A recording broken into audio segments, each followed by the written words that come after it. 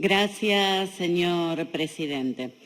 Por supuesto que no podemos empezar este debate sin decir que toda esta discusión del presupuesto se da con los héroes de la pandemia movilizándose aquí, afuera, en este momento, los que nos salvan la vida, y que nada de lo que discutamos se pueda hacer sin contemplar los derechos que ellos y ellas les corresponden.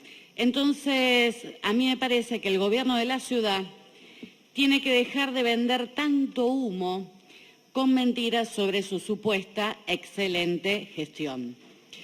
Porque acá lo único que estamos viendo es cómo crece la recaudación, porque siguen creando impuestos y porque son lo único que crece atado a la inflación, pero luego vemos que nada de esto va a los sectores más críticos que se necesitan en la ciudad.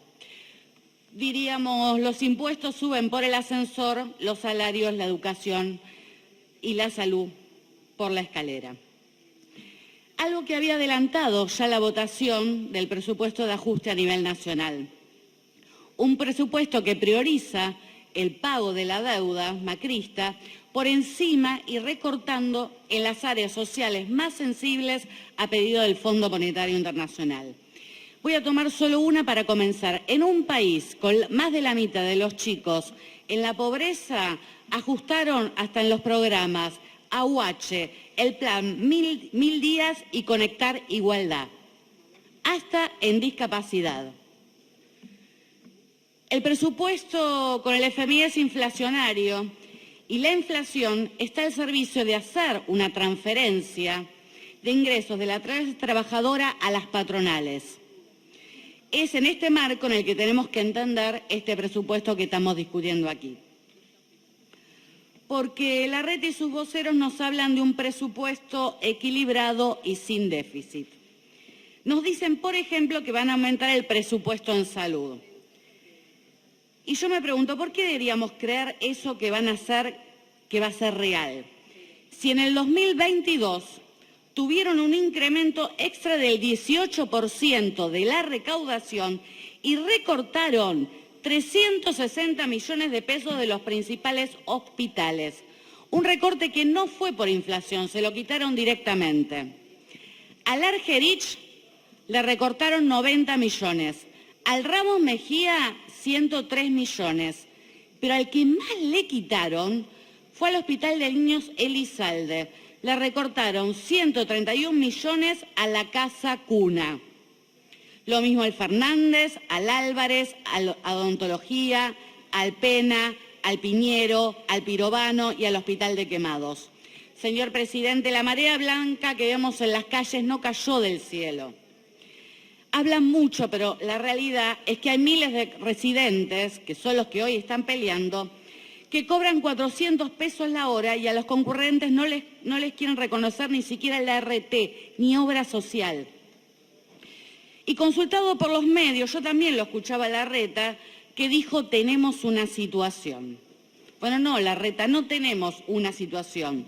Lo que tenemos son 10 semanas de lucha de los trabajadores de la salud porque hay superexplotación en el sistema de salud pública, que no solo están luchando por reconocimiento salarial, sino porque se está vaciando los hospitales, porque los profesionales que se formaron durante años con grandes especialidades se tienen que ir porque no les alcanzan los salarios e implica cerrar áreas sumamente críticas.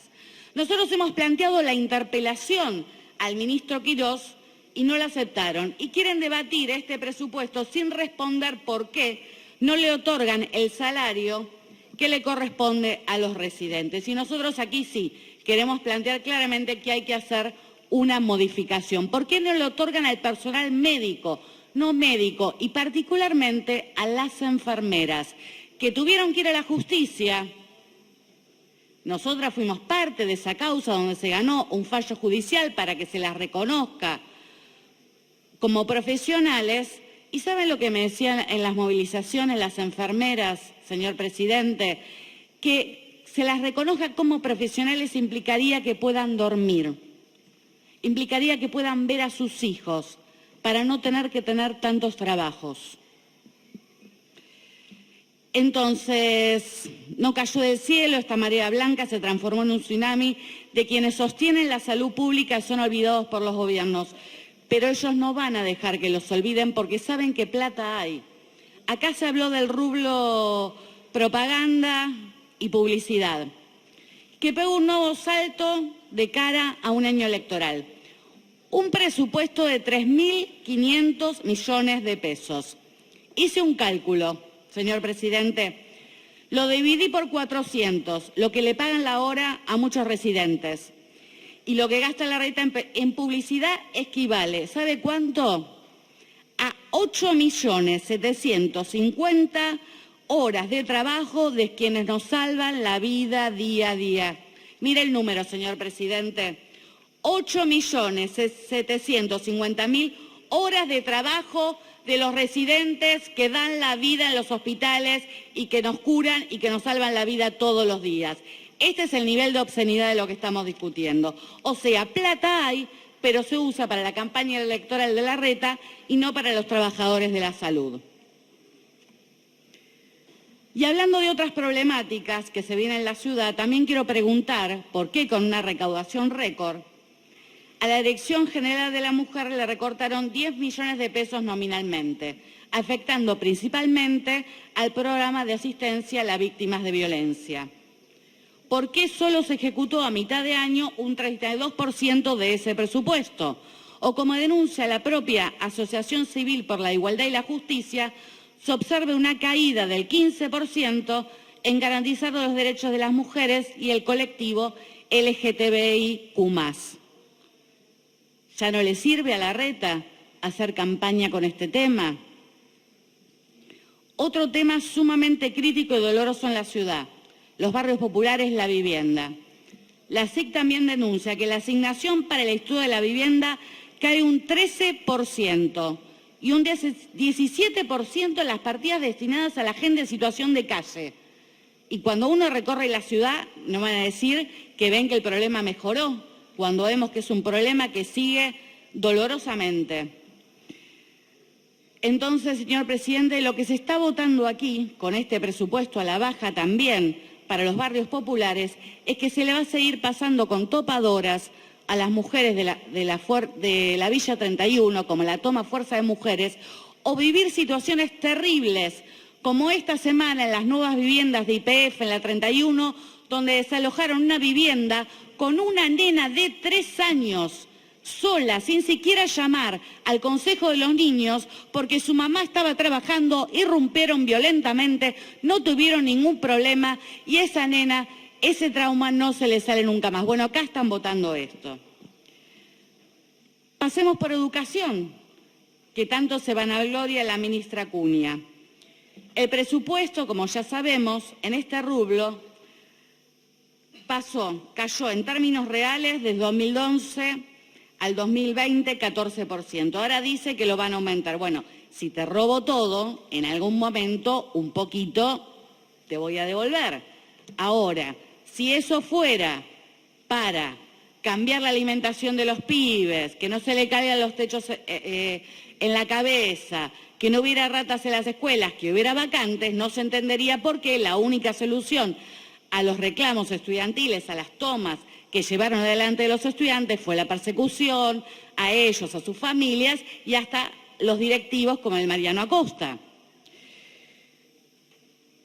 Entonces, señor presidente, nosotros creemos que hay un denominador común en este presupuesto que tiene que ver con que lo que se recorta son las áreas sociales más sensibles.